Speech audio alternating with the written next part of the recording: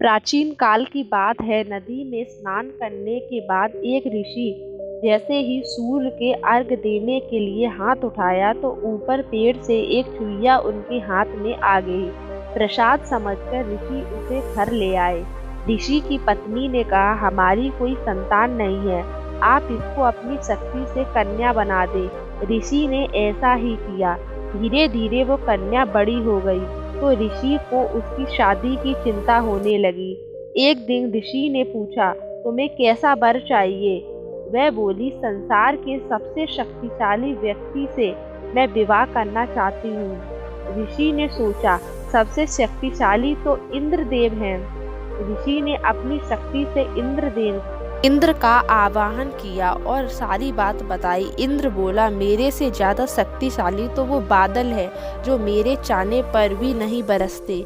ऋषि ने बादल से बात की तो उन्होंने कहा कि मुझसे शक्तिशाली तो वो वायु है जो हमें कहीं भी उड़ा ले जाती है। वायु ने कहा कि पर्वत मेरे से ज़्यादा शक्तिशाली है, वह मेरी राह रोक देता है। थक हार कर ऋषि सबसे बड़े पर्वत हिमालय के पास गए। हिमालय बोले, चूहा मुझसे ज़्यादा शक्तिशाली है जो मेरे अंदर इधर उधर छेद कर देता है, मुझे कमज़ोर कर देता है। इस तरह सबसे शक्तिशाली पुरुष की खोज में अंत चूहा ही सबसे शक्तिशाली निकला। इस खोज में कन्या भी ऋषि जी के साथ थी। कन्या कहने लगी कि जब सबसे शक्तिशाली चूहा ही है तो मैं चूहे से ही विवाह करूंगी। ऋषि के समझाने पर भी वह नहीं मानी। असल में कन्या थी तो एक चूहा ही, बेशक वह चूहिया कन्या बन गई थी।